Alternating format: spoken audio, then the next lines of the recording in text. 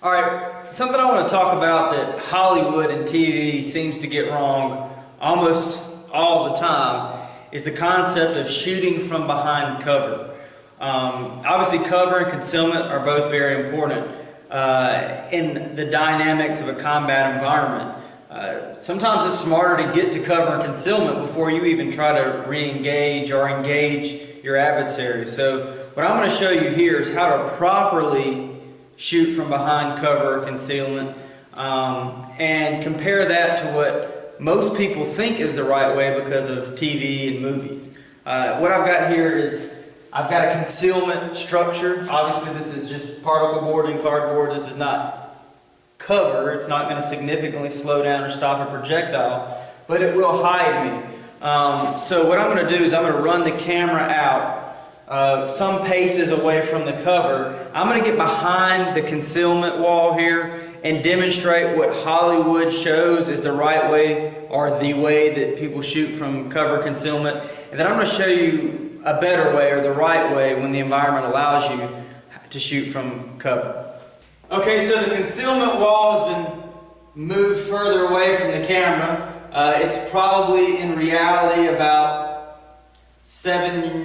not quite 7, maybe 5 yards away. But because the camera I'm using has that fisheye sort of lens, it looks to you to be further. So what I'm going to show you is how Hollywood says shoot from behind cover or concealment, at least in the application. So typically what the good guy's doing is he's getting right behind it, up close to it, and then presenting himself from behind. I'm going to show you what that looks like.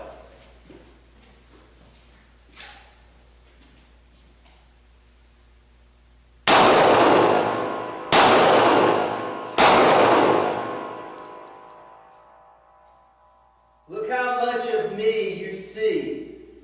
If you, as the watcher, as the viewer, are the adversary, do you feel like you could get a shot back at me from here?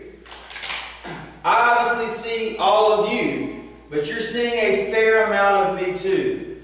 So what I'm going to do now is I'm going to move back further behind the concealment wall. Still using it as concealment, but watch how that angle changes how much of me you see without changing how much of you I see. The key here is to be closer to the concealment than your adversary is. If you're closer to what you're using as concealment, then the perspective is skewed in your favor. So like I said, you're about 5 paces, 5 yards away, maybe 6 from the concealment. I'm going to get about 3 away. 1, 2, 3. I'm still closer to the concealment than you are, and watch how that skews visual to my favor.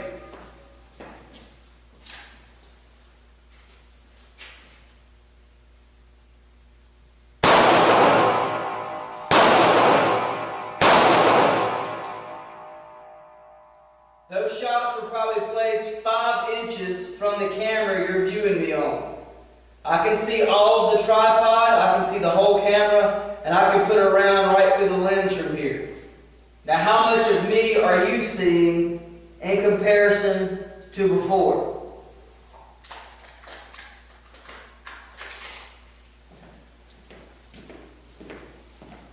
So you don't want to be right up on your concealment or cover unless you have to.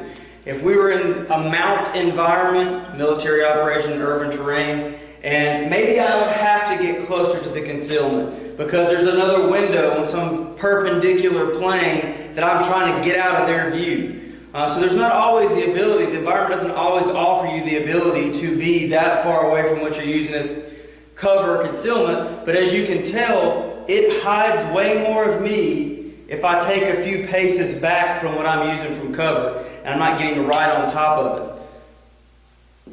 This would be useful in a parking lot environment. If you're using a vehicle for a cover, you almost always see people get right up on the vehicle to use it from cover.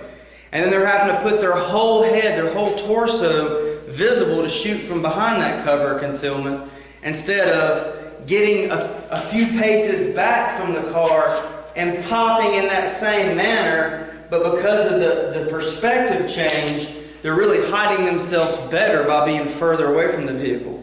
Problem is, under stress, you get comfortable, or you find comfort in your concealment or cover, and you feel it's like you want to snuggle up to it and get close to it. That's not always the best way to utilize it for true cover concealment. Okay, so you want to be further away from your concealment, but make sure you're closer to the concealment than your adversary is. Otherwise, really, it's their concealment. And I can demonstrate that too.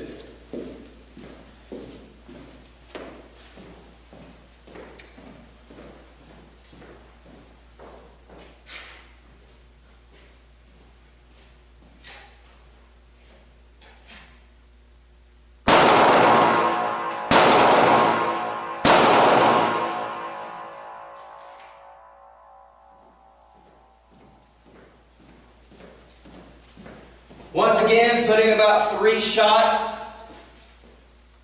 I say about 3 shots. It was 3 shots, about 5 or 6 inches beside the camera. Okay, but once I get further away from the concealment than you are, it now really becomes your concealment. And I probably got pretty big out there, even though I'm far away. The amount of my body you're seeing is really skewed in your favor. Obviously, I'm talking to a camera, but if you were a live person standing there as I'm shooting, at that far away distance, you're actually better concealed behind that than I am, because all of a sudden those perspectives start to skew in your favor, because you're closer to what I'm using as concealment than I am. Okay, so trees, cars, brick structures, half doors, all these things are valuable concealment and cover tools, but make sure you use them properly. If the environment allows you to get behind something and not right up on it, you're almost always better concealed that way. You don't have to worry about fragments bouncing off, ricochets.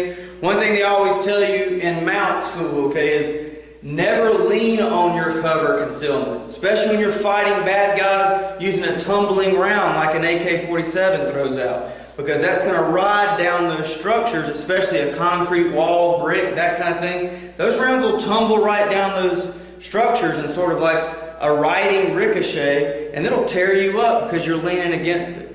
So don't always believe Hollywood, don't always believe the TV. Get real training in your brain, and it'll be a tool in your toolbox. Bye.